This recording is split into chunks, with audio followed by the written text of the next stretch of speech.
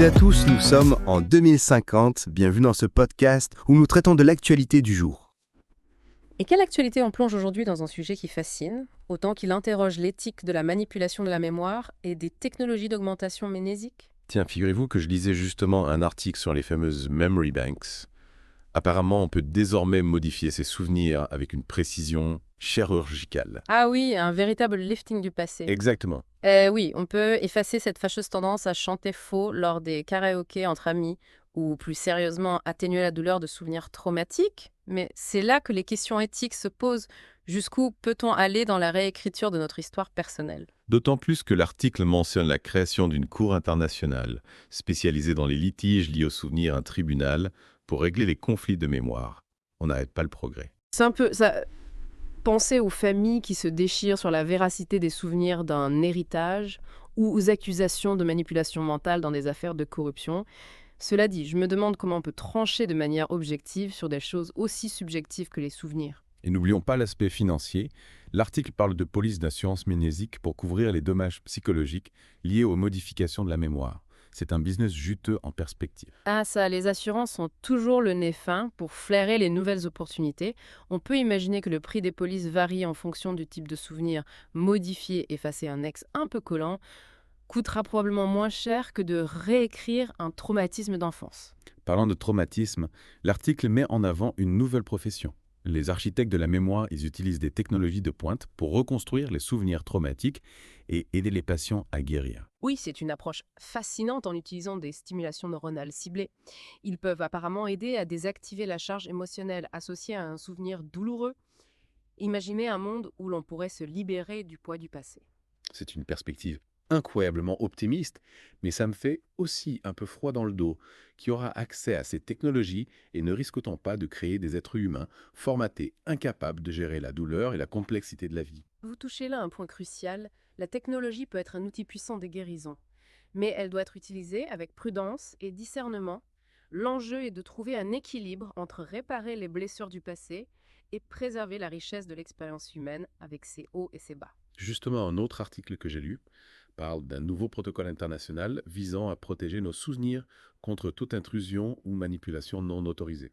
C'est une excellente nouvelle, un peu comme un pare-feu pour notre cerveau. On peut penser à des systèmes de cryptage pour nos souvenirs les plus précieux ou à des technologies de détection des manipulations. C'est rassurant de voir que la communauté internationale prend la sécurité de la mémoire au sérieux, mais j'avoue que je suis curieuse de voir comment ces protocoles seront mis en place concrètement. Il y a fort à parier que les débats seront houleux.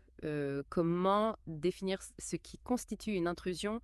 Comment gérer les exceptions? Par exemple, dans le cadre d'enquêtes judiciaires, ce sera un véritable casse-tête juridique et éthique. Et puis qui dit protection de la mémoire, dit aussi possibilité de la partager.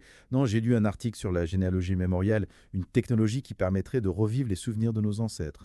Ah oui, j'ai entendu parler de ça. On pourrait visualiser les souvenirs de nos arrière-grands-parents, entendre leur voix, ressentir leurs émotions. Ce serait une façon incroyablement immersive de se connecter à notre histoire familiale. On pourrait passer des heures à explorer les souvenirs de nos ancêtres comme dans un gigantesque musée interactif de notre lignée. Mais est-ce que ça ne risquerait pas de transformer notre rapport au passé? C'est une question intéressante. Est-ce qu'on ne finirait pas par idéaliser nos ancêtres en oubliant leurs défauts, leurs erreurs, et comment gérer les souvenirs douloureux, les secrets de famille? En effet, revivre le passé de manière aussi immersive pourrait avoir des conséquences psychologiques inattendues. On pourrait se sentir submergé par les émotions ou avoir du mal à distinguer le réel du virtuel. D'ailleurs, un article que j'ai lu mentionne l'utilisation de la réimplantation sélective de souvenirs pour traiter le stress post-traumatique et les dépressions profondes. Ah oui, j'ai entendu parler de cette technique. On implante de faux souvenirs positifs pour contrebalancer les souvenirs négatifs. C'est un peu comme une thérapie par la réécriture du passé, mais n'est-ce pas un peu risqué de jouer avec la mémoire de cette façon? C'est un sujet qui divise la communauté scientifique. Certains psychiatres y voient une révolution dans le traitement des maladies mentales, tandis que d'autres s'inquiètent des effets à long terme sur l'identité et le libre arbitre des patients. Et puis la question de l'authenticité, comment savoir si un souvenir numérique est réel ou s'il a été manipulé? Heureusement, il y a un label international pour ça, comme un certificat d'authenticité pour les œuvres d'art. Mais ça ne m'empêche pas de me poser des questions qui contrôlent ce label. Et quels sont les critères d'authenticité? Un souvenir légèrement modifié Est-il encore considéré comme authentique? Excellente question. C'est là tout le paradoxe de ces technologies. On cherche à contrôler la mémoire, à garantir son authenticité, alors que par nature, le souvenir est une chose subjective, fluctuante, en constante évolution. Un peu comme si on essayait de mettre la mer en bouteille. Et en parlant de choses impossibles à contrôler, qu'en est-il du fameux droit à l'oubli? Est-ce que la loi permet vraiment d'effacer des événements de sa mémoire? Les débats font rage sur cette question. Certains pays ont déjà adopté des lois permettant d'effacer des informations personnelles du web, mais pour les souvenirs, c'est plus compliqué. Effacer un souvenir traumatique, c'est une chose, mais qu'en est-il des souvenirs qui impliquent d'autres personnes? Ont-elles le droit de s'opposer à l'effacement? Et puis, où s'arrête le droit à l'oubli et où commence la censure? Si on commence à effacer les souvenirs gênants, ne risque-t-on pas de tomber dans une forme de révisionnisme historique? Absolument. Et c'est pour cela que la question du droit à l'oubli doit être traitée avec beaucoup de précaution. D'ailleurs, j'ai lu un article sur une institution mondiale dédiée à la collecte et à la préservation des souvenirs, effacer une sorte de musée des mémoires perdues en quelque sorte. C'est un concept fascinant. On pourrait y trouver des témoignages d'événements, oublier des secrets de famille, des fragments d'histoire personnelle, effacés pour des raisons diverses. Ce serait une mine d'or pour les historiens et les sociologues. Et aussi pour les psychologues, analyser les souvenirs effacés pourrait nous en apprendre beaucoup sur les mécanismes de la mémoire, sur les stratégies que nous mettons en place pour gérer les traumatismes, les émotions négatives. Ce musée des mémoires perdues serait un lieu à la fois poignant et instructif, un rappel que l'histoire est faite de multiples versions de subjectivité et qu'il est important de préserver toutes les facettes du passé, même les plus sombres. En parlant de zone d'ombre, un article que j'ai lu relate un incident troublant au centre de réhabilitation mémorielle de New Tokyo. Une patiente a accidentellement fusionné des souvenirs de deux personnes différentes, se retrouvant avec des bribes de vie qui ne lui appartiennent pas. Un véritable cauchemar, se réveiller un matin avec des souvenirs d'une vie qui n'est pas la sienne, des émotions, des relations qui vous sont étrangères. C'est vertigineux. Cet incident a relancé le débat sur les limites éthiques de la manipulation de la mémoire. Comment garantir la sécurité et l'intégrité de nos souvenirs face à ces technologies de plus en plus puissantes? C'est LA, question à $1 million. Et j'avoue que je n'ai pas la réponse, mais je pense qu'il est important de ne pas céder à la panique. Ces technologies, aussi révolutionnaires soient-elles, ne sont que des outils. C'est à nous de décider comment les utiliser de manière responsable et éthique. Vous avez raison, et pour ça, il est crucial de poursuivre la réflexion, le débat public, pour que chacun puisse se forger une opinion éclairée sur ces questions complexes. Et peut-être qu'au final, la meilleure solution est d'apprendre à vivre avec nos souvenirs, qu'ils soient bons ou mauvais. Ils font partie de ce que nous sommes, de notre histoire, de notre identité. Les effacer, ce serait comme effacer une partie de nous-mêmes. C'est une belle conclusion.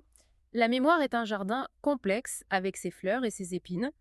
Il faut l'entretenir avec soin en acceptant ses imperfections, sa fragilité, car c'est elle qui nous rend uniques, qui nous relie au passé et qui nous projette vers l'avenir. Exactement. Et n'oublions pas que l'avenir de la mémoire n'est pas figé. Il est en constante évolution, façonné par les avancées scientifiques, les choix politiques et les débats de société. D'ailleurs, vous savez, ce qui est intéressant, c'est que tout cela n'est pas vraiment nouveau. Souvenez-vous, en 2025, une étude majeure avait analysé l'impact psychologique potentiel de la modification de la mémoire. Elle a vraiment ouvert la voie à une réglementation plus stricte. C'est vrai, cette étude avait fait grand bruit à l'époque. Elle avait mis en évidence des risques de confusion mentale, de perte d'identité, voire de manipulation à grande échelle. Exactement, et c'est ce qui est fascinant. On voit comment les préoccupations éthiques ont évolué en parallèle avec les progrès technologiques. On ne se contente plus de rêver du futur, on essaie aussi de l'anticiper, de le construire de manière responsable. Et c'est tant mieux parce que, franchement, avec toutes ces technologies qui émergent, il est facile de se sentir dépassé, voire un peu effrayé. Je comprends tout à fait, mais il ne faut pas oublier que le progrès technologique n'est pas forcément synonyme de danger. Il peut aussi être une source d'espoir de solution à des problèmes qui semblaient insolubles. Par exemple, dans le domaine médical, on parle beaucoup de l'utilisation de la modification de la mémoire pour traiter des maladies comme Alzheimer ou Parkinson. Absolument, on pourrait imaginer des thérapies qui permettraient de restaurer des souvenirs perdus, de ralentir la progression de la maladie, voire de la guérir complètement. Ce serait une avancée extraordinaire pour des millions de personnes et leurs familles. Et ce n'est pas tout. On pourrait également utiliser ces technologies pour aider les personnes souffrant de troubles anxieux, de phobie ou encore de dépendance. En effaçant les souvenirs traumatiques ou en modifiant les circuits neuronaux liés à ces troubles. Exactement, on parle de reprogrammer le cerveau pour lui permettre de se libérer de ces schémas négatifs. C'est une perspective à la fois fascinante et un peu vertigineuse. On se rapproche de la science-fiction, mais avec des implications bien réelles pour la santé et le bien-être de millions de personnes. C'est ça qui est passionnant. On est à l'aube d'une nouvelle ère où la technologie nous permet d'explorer les frontières de la conscience, de la mémoire et de l'identité humaine. Et comme toujours, c'est à nous de décider comment nous allons utiliser ces nouvelles possibilités de manière responsable, éthique et au service du bien commun. Je n'aurais pas dit mieux, l'avenir de la mémoire est entre nos mains à nous de le façonner avec sagesse et audace. Merci beaucoup pour toutes ces réflexions. C'était vraiment passionnant de plonger avec vous dans cet univers à la fois fascinant et complexe de la mémoire en 2050. Merci à vous pour l'invitation, c'était un plaisir de partager ces idées et de discuter de l'avenir de la mémoire avec vous. Et merci à vous, chers auditeurs, de nous avoir suivis dans ce voyage au cœur de la mémoire du futur. À bientôt pour une nouvelle exploration.